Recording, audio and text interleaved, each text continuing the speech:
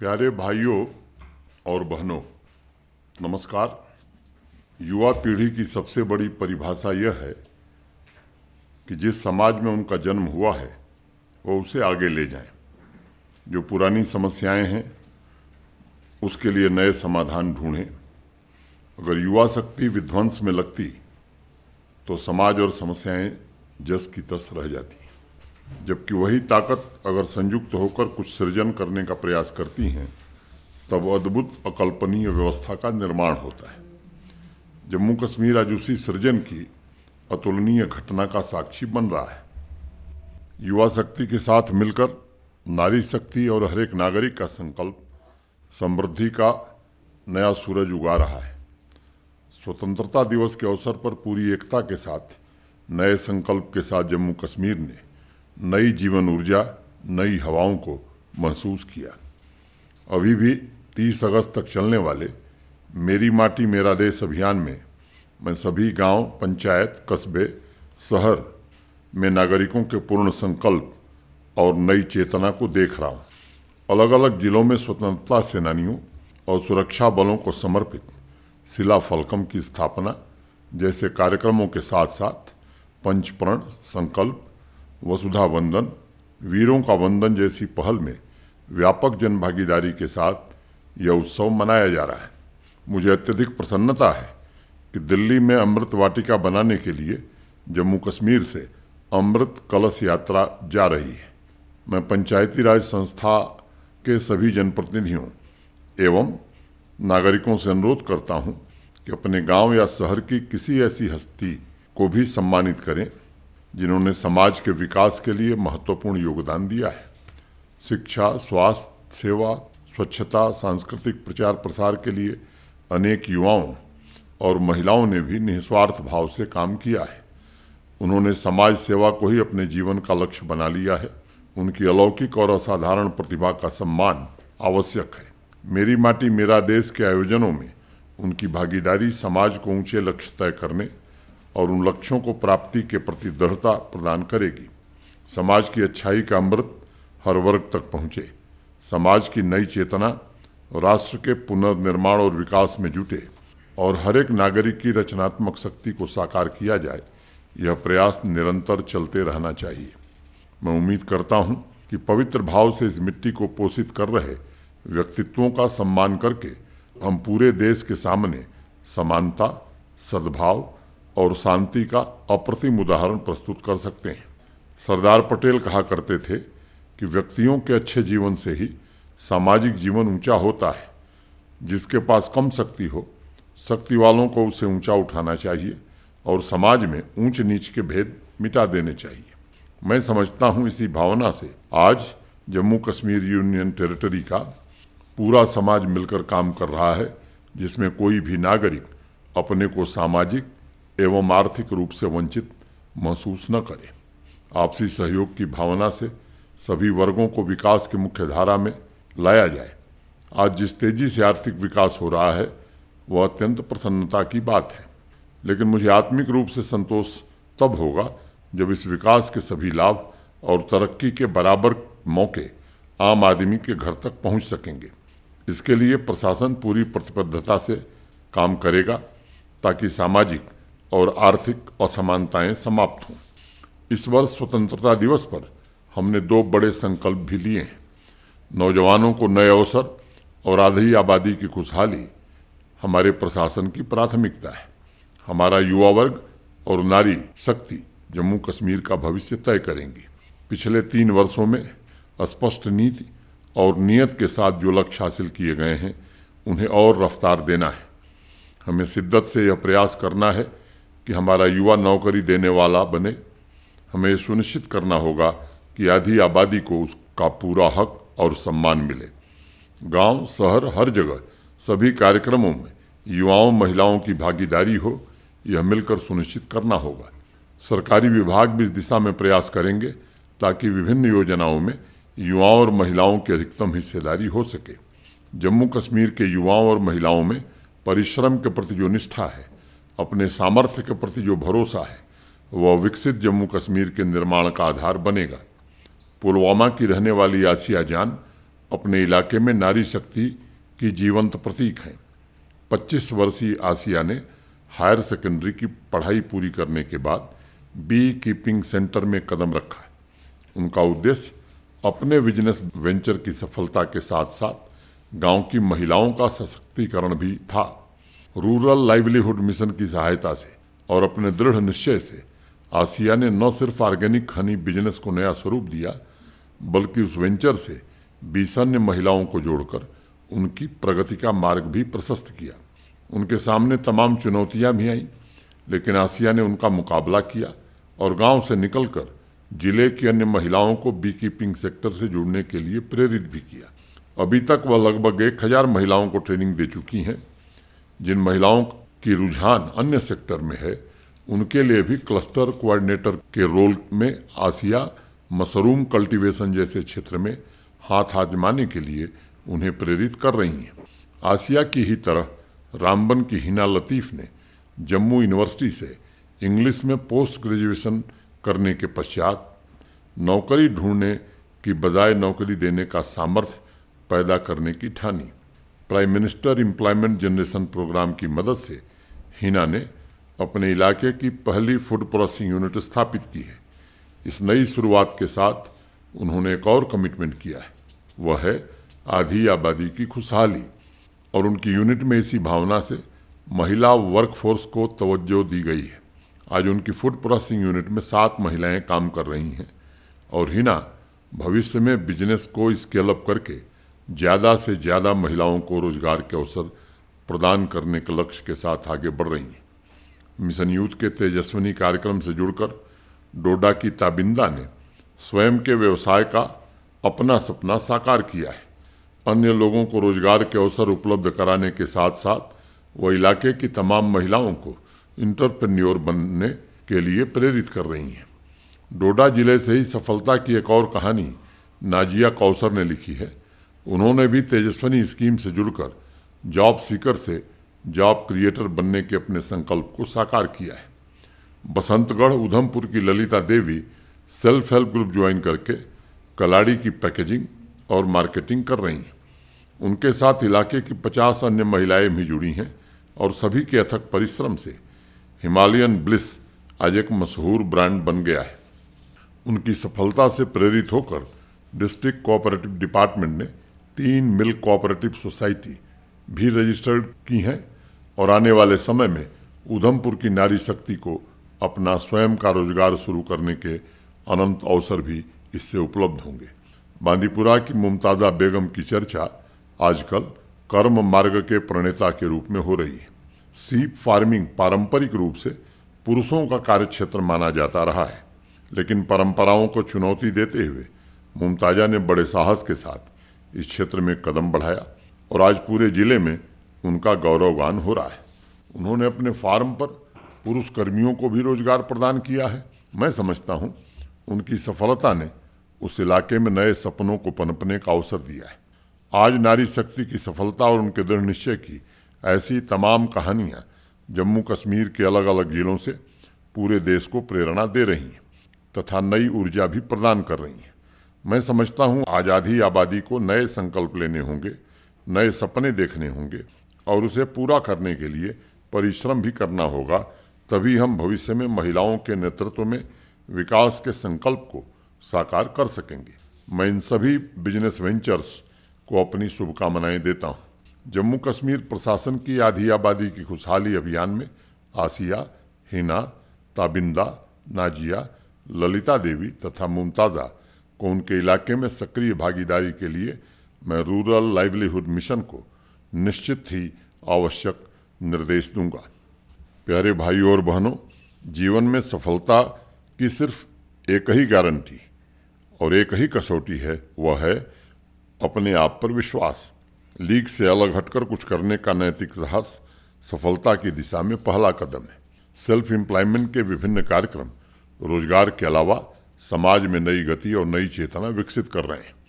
यह मेरा दृढ़ विश्वास है कि इससे आने वाले भविष्य में अनेक नई प्रतिभाओं का भी जन्म होगा।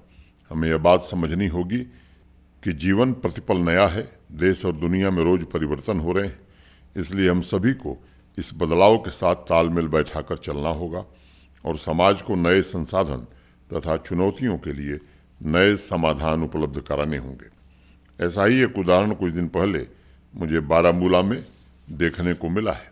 आदरणीय प्रधानमंत्री श्री नरेंद्र मोदी जी के आह्वान पर बारामूला के अब्दुल गनी शेख ने मिलेट कल्टीवेशन शुरू किया है।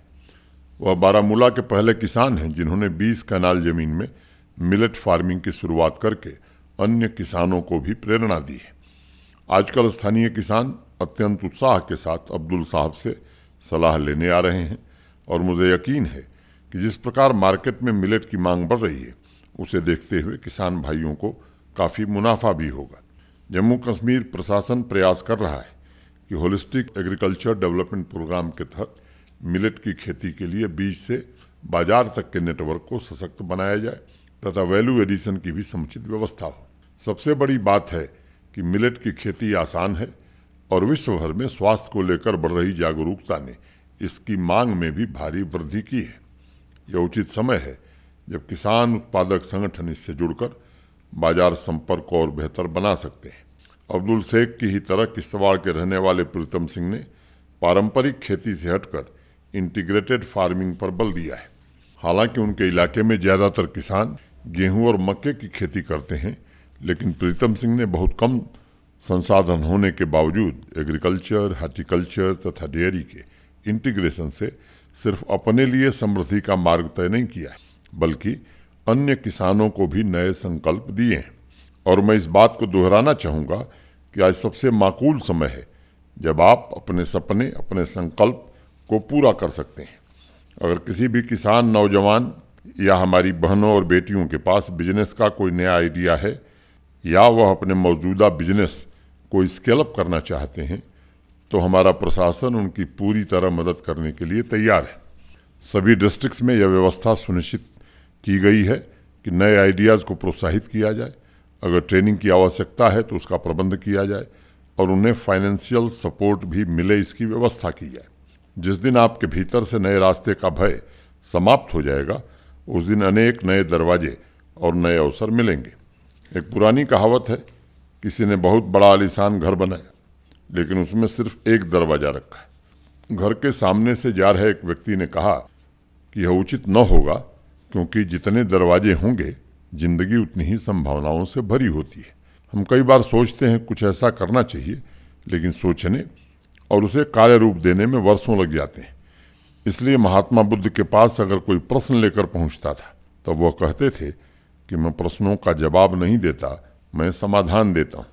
क्योंकि प्रश्नों के उत्तर शायद समझने में समय लगे, लेकिन समाधान तुरंत परिवर्तन का कारक बन सकता है।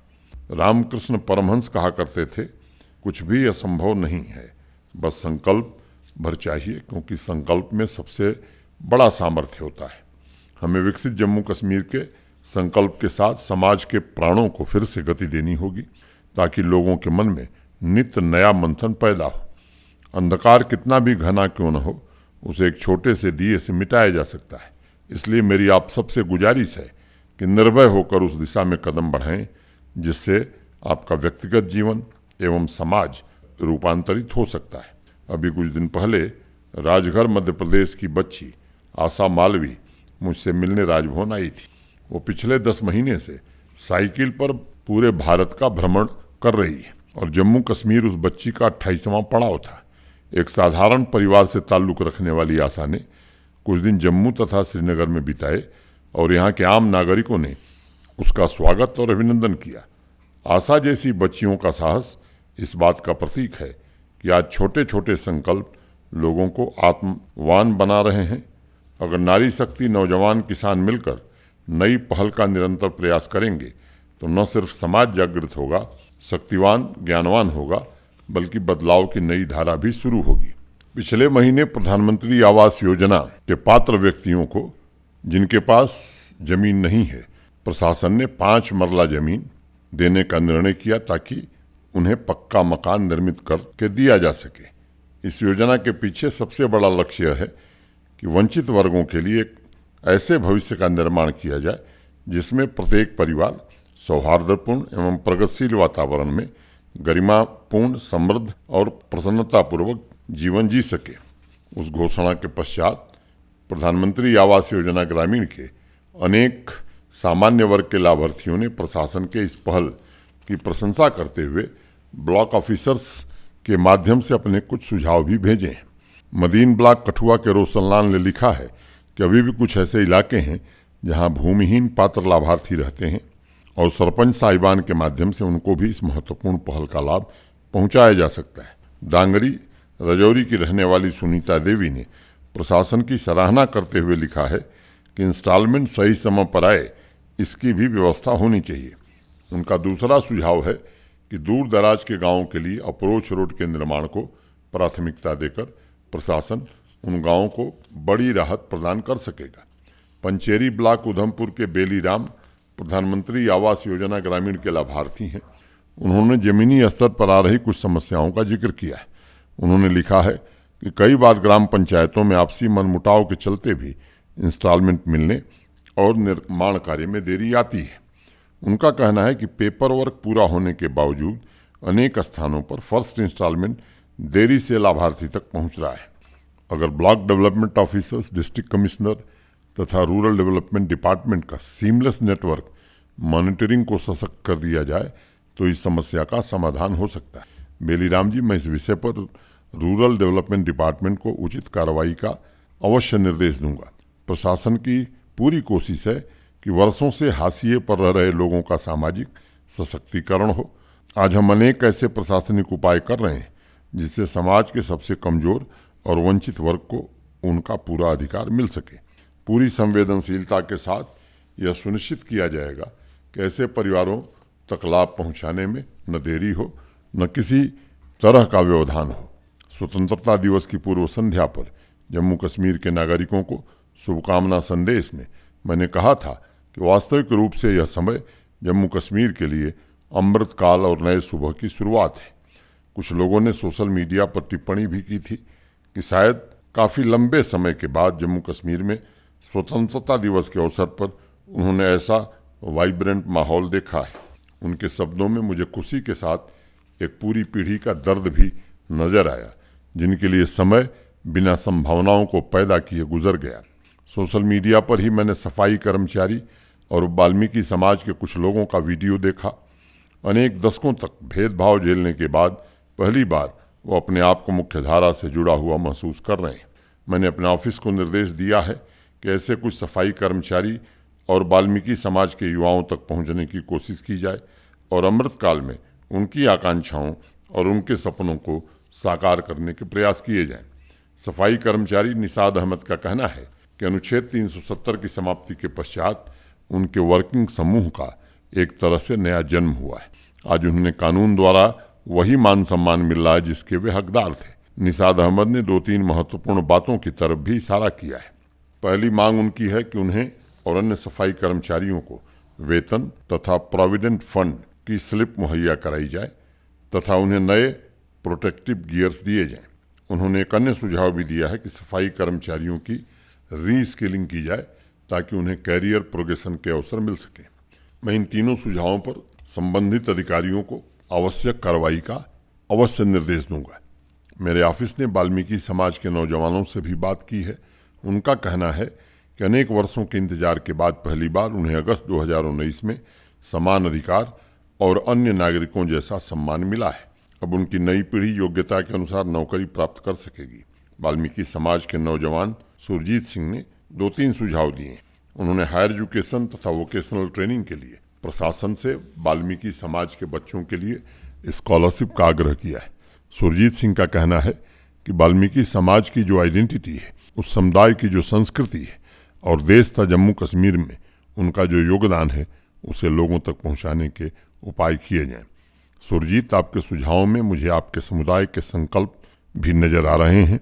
ये सच है कि यहाँ की भेदभाव भरी व्यवस्था ने उन संकल्पों को बरसों तक दबाए रखा था, लेकिन मैं आपको आश्वस्त करता हूँ कि अब तमाम अवरोधों को समाप्त कर दिया गया है और समाज के हर एक वर्ग की रचनात्मक क्षमता को अवसर प्रदान किए जाएंगे। हमारी पूरी कोशिश यह भी है कि अनेक वर्षों से हाशिए पर जीवन गुजारने वाले समुदायों की सांस्कृतिक विरासत की जड़ों को भी सींचकर हरा भरा किया जाए। मैं आपके सुझावों पर भी निश्चित ही गौर करूंगा तथा आवश्यक कार्रवाई का निर्देश भी दूंगा। श्रीनगर से तौहीदा अख्तर ने महिला उद्यमियों के संबंध में मुझे एक पत्र भेजा है। उन्होंने लिखा है कि entrepreneurship development institute, department of industries and commerce मिलकर महिलाओं के लिए बिजनेस इंक्यूबेशन सेंटर्स स्थापित कर सकते हैं, जहां उन्हें मेंटरशिप, ट्रेनिंग तथा नेटवर्किंग के अवसर प्रदान किए जा सकते हैं। उनका दूसरा सुझाव है कि हायर एजुकेशन सेंटर्स में विमेन एंटरप्रेन्योर सेल्स स्थापित करने चाहिए, ताकि स्टूडेंट जीवन से ही उनके भीतर की बिजनेस प्रतिभा को नर्चर किया जा सके। तौहीदा का तीसरा सुझाव है कि सिर्फ अंतर्राष्ट्रीय महिला दिवस पर ही नहीं, बल्कि वर्ष में कम से कम 2-3 बार गांव और शहर की महिलाओं को सम्मानित करने का कार्यक्रम आयोजित करना चाहिए, ताकि उनके भीतर नया आत्मविश्वास पैदा हो सके। तौहीदा, आपके पत्र के लिए बहुत बहुत शुक्रिया। पिछले 3 वर्षों में अनेक कार्यक्रमों के माध्यम से जम्मू कश्मीर का प्रशासन निरंतर विमेन एंटरप्रेन्योरशिप के प्रमोशन के लिए काम कर रहा है। हौसला, तेजस्विनी, राइज टुगेदर, PMEGP एवं ग्रामीण इलाकों में रूरल लाइवलीहुड मिशन तथा जिला स्तर पर इंडस्ट्री डिपार्टमेंट के माध्यम से महिला उद्यमियों को ट्रेनिंग, फाइनेंशियल असिस्टेंस प्रदान करने के प्रयास किए गए और ये अभियान निरंतर चल रहा है। हौसला के अंतर्गत 50 महिला उद्यमियों के बिजनेस को स्केल अप करने का भी अभियान चलाया गया था। इसमें हमें महत्वपूर्ण सफलता भी मिली। मैं समझता हूं कि सिर्फ नए डिपार्टमेंट में सेल्स क्रिएट करने की बजाय पिछले 3 सालों में जो इकोसिस्टम निर्मित हुआ है और उसके माध्यम से जो सुविधाएं पहुंचाई जा रही, जो अभियान चलाए जा रहे हैं, जिन स्कीम्स का आगाज हुआ है, उनका पूरा लाभ महिला उद्यमियों तक पहुंचाना ये सर्वोच्च प्राथमिकता होनी चाहिए। सैचुरेशन कार्यक्रमों के सफलता की गारंटी है। इस कार्य में योजनाओं की लाभार्थी महिलाएं प्रशासन की मदद कर सकती हैं, ताकि हम ज़्यादा से ज़्यादा लोगों तक पहुंच सकें। मैं इस कार्यक्रम के माध्यम से एक बात जरूर कहना चाहूँगा। जम्मू तथा कश्मीर दोनों डिवीजन्स में हैंडीक्राफ्ट तथा हैंडलूम सेक्टर से जुड़ी महिला उद्यमियों की ट्रेनिंग तथा आर्थिक मदद के लिए भी विशेष अभियान चलाया जा रहा है। इस अभियान में कश्मीर डिवीज़न से हजारों पंजीकरण हो चुके हैं, लेकिन जम्मू डिवीज़न से उतना उत्साहजनक रिस्पांस नहीं मिल रहा है जितनी हमें उम्मीद थी। मेरी इच्छा है कि वहाँ भी एक अभियान चलाकर महिला उद्यमियों को प्रेरित कर इस अभियान से जोड़ा जाए। आज मुद्रा योजना द्वारा महिला उद्यमियों के संकल्पों और आकांक्षाओं को पंख देने के लिए भी कई उपाय किए गए हैं। उनके बिजनेस को प्रमोट करने के लिए सरकारी विभागों में भी सेल्फ हेल्प ग्रुप तथा महिला संचालित कोऑपरेटिव सोसाइटी के उत्पादों की खरीद पर बल दिया जा रहा है। मैं सभी श्रोताओं को यह भी जानकारी देना चाहूँगा कि लगभग सभी यूनिवर्सिटीज़ में इंक्यूबेशन सेंटर की स्थापना हो गई है। इस कार्यक्रम को सुन रहे सभी बच्चों से मैं अनुरोध करूँगा कि वह ऐसे सेंटर्स के रिसोर्सेस का इस्तेमाल करके अपने आइडियाज़ को साकार करने का प्रयास करें। मैं तौहीदा की बात से सहमत हूँ। नारी शक्ति की उपलब्धियों का सम्मान सिर्फ साल में एक दिन नहीं होना चाहिए। आत्मनिर्भर जम्मू कश्मीर में उनके योगदान को सम्मानित करने के लिए जिला स्तर के आयोजनों में उनकी भागीदारी सुनिश्चित हो, उनका सम्मान हो, ऐसी व्यवस्था बनाई जाए और मैं इस संबंध में सभी डिस्ट्रिक्ट कमिश्नर्स को अवश्य निर्देश दूंगा। मैं मानता हूं यह पूरे समाज के हित में है कि मानवता की आधी आबादी आर्थिक रूप से स्वतंत्र हो, क्योंकि तभी विकास के नए आयाम और नए अध्याय शुरू होंगे। और इस बात में कोई शक नहीं है कि अगर महिला उद्यमियों को अपने टैलेंट को पूरी तरह से अभिव्यक्त करने का अवसर मिले तो वह सफलता के परम शिखर को छू सकती हैं। सांबा से रजत सांब्याल ने ऑडियो मैसेज के जरिए इंजीनियरिंग ग्रेजुएट्स को अवसर प्रदान करने के संबंध में कुछ सुझाव भेजे। आइए पहले उनके संदेश को सुनते हैं। आदरणीय LG महोदय, आपके सुशासन के चौथे साल के प्रारंभ में मैं आपकी दृष्टि एक संपूर्ण विषय पर लाना चाहूँगा, दैट इज इंजीनियरिंग ग्रेजुएट्स का जम्मू कश्मीर से ब्रेन ड्रेन। तथ्य के आधारों पर यह देखा गया है कि सिर्फ 5% इंजीनियरिंग ग्रेजुएट जो प्राइवेट सेक्टर में काम करते हैं वो जम्मू कश्मीर में रुक पाते हैं, क्योंकि यहाँ पर प्राइवेट सेक्टर और इंडस्ट्री इकोसिस्टम को बहुत सालों से इग्नोर करा गया। 3 स्टेप्स मैं सजेस्ट करना चाहूँगा जिससे हम इसको रिड्यूस कर सकते हैं। पहला, हम MNCs को इन्वाइट करें कि वो यहाँ पे business processing outsourcing and knowledge processing outsourcing के सेंटर्स खोलें, specially in the Samba Kathua belt, जहाँ पे बहुत ही अच्छा एक रोड और कम्युनिकेशन नेटवर्क एग्जिस्ट करता है। दूसरा, मैं चाहूँगा कि प्राइवेट सेक्टर को बोला जाए कि वो इन्वेस्ट करे इमर्जिंग सेक्टर्स में, like renewable, artificial intelligence, with A pre condition कि यहाँ पे 75% लोकल वर्कफोर्स को यूज करा जाएगा। तीसरा, मैं चाहूँगा कि एलुमनाई एंगेजमेंट्स को एनहांस करा जाए, like in IITs, IIMs, NITs, GCETs, ताकि वो इन्वेस्ट बैक करे कॉलेजेस में और उसके अराउंड की इंडस्ट्रीज में। मैं चाहूँगा कि LG साहब आप इसको जल्द से जल्द इस पे एक नीति बनाएं, इसको और इस समस्या का समाधान करें। Thank you so much sir. Rajat, इन सुझावों के लिए आपका बहुत बहुत धन्यवाद। मैं आपकी बात से सहमत हूं कि अनेक दशकों तक यहाँ इंडस्ट्रीज को इग्नोर करने की वजह से स्थानीय प्रतिभाओं का पलायन हुआ और खासकर इंजीनियरिंग ग्रेजुएट्स को अन्य बड़े शहरों का रुख करना पड़ा। पिछले 2 वर्षों में प्राइवेट इन्वेस्टमेंट को प्रमोट करने के लिए तथा यहाँ की प्रतिभाओं को जम्मू कश्मीर के सामर्थ्य के साथ जोड़ने के लिए अनेक प्रयत्न किए गए। हमारी कोशिश है कि स्टार्टअप्स, MSME तथा IT इनिशिएटिव, इन 3 क्षेत्रों में आपसी सामंजस्य द्वारा इंजीनियरिंग, बायोटेक्नोलॉजी में अवसर उपलब्ध कराए जाए एवं नॉलेज इकोनॉमी के संकल्प को साकार किया जाए। आज पूरा विश्व इंडस्ट्री 4.0 का साक्षी बन रहा है और उसके अनुकूल बदलाव ला रहा है। इस बदलाव में जम्मू कश्मीर के नौजवानों की भूमिका सुनिश्चित करने के लिए भी हम प्रयास कर रहे हैं और पिछले वर्ष से लगातार इंडस्ट्रियल यूनिट का ऑपरेशन शुरू करने की कोशिश भी हो रही है। मुझे विश्वास है कि आने वाले 2-3 वर्षों में इसे और गति मिलेगी और 1700 से ज़्यादा इंडस्ट्रियल यूनिट ऑपरेशनल हो जाएंगी, जिसमें इंजीनियरिंग ग्रेजुएट्स के लिए नए अवसर उपलब्ध होंगे। कठुआ के शीतल ललोत्रा ने मुझे ऑडियो मैसेज के जरिए कुछ सुझाव भेजे। आइए उनके सुझावों को सुनते हैं। मेरा नाम शीतल ललोत्रा है। मैं जम्मू विश्वविद्यालय में PhD की छात्रा हूँ। आवाम की आवाज के माध्यम से मैं 2 सुझाव पेश करना चाहूंगी। मेरा पहला सुझाव ये है कि जम्मू में एक आधुनिक एम्फी थिएटर, जिसे हम ओपन एयर थिएटर भी कहते हैं, उसका निर्माण किया जाए, जिससे कि हमारी जम्मू की युवा पीढ़ी को एक ऐसा मंच मिले जहाँ पे वे अपने काव्य रचनाएं, फोक म्यूजिक, नृत्य, नुक्कड़ नाटक, लोकल डॉक्यूमेंट्रीज आदि लोगों के सामने प्रदर्शित कर सकें। दूसरा सुझाव, जम्मू शहर में रात्रि बाजार की शुरुआत की जाए। ये एक ऐसा प्लेटफॉर्म बने जहां की जम्मू की लोकल क्यूजीन्स जैसे क्यूर, मदरा, चरोलियां, मालपुए, अंबल जैसी चीजें बाहर से आने वाले पर्यटकों के लिए साल भर उपलब्ध करवाई जा सके, ताकि जम्मू सिर्फ राजमा चावल तक ही सीमित न रह जाए। आशा करती हूँ कि ये सुझाव जम्मू में नाइट लाइफ को आने वाले समय में और बेहतर बनाएंगी। धन्यवाद। शीतल, आपके मैसेज के लिए बहुत बहुत धन्यवाद। आपका नाइट बाजार का सुझाव उत्तम है।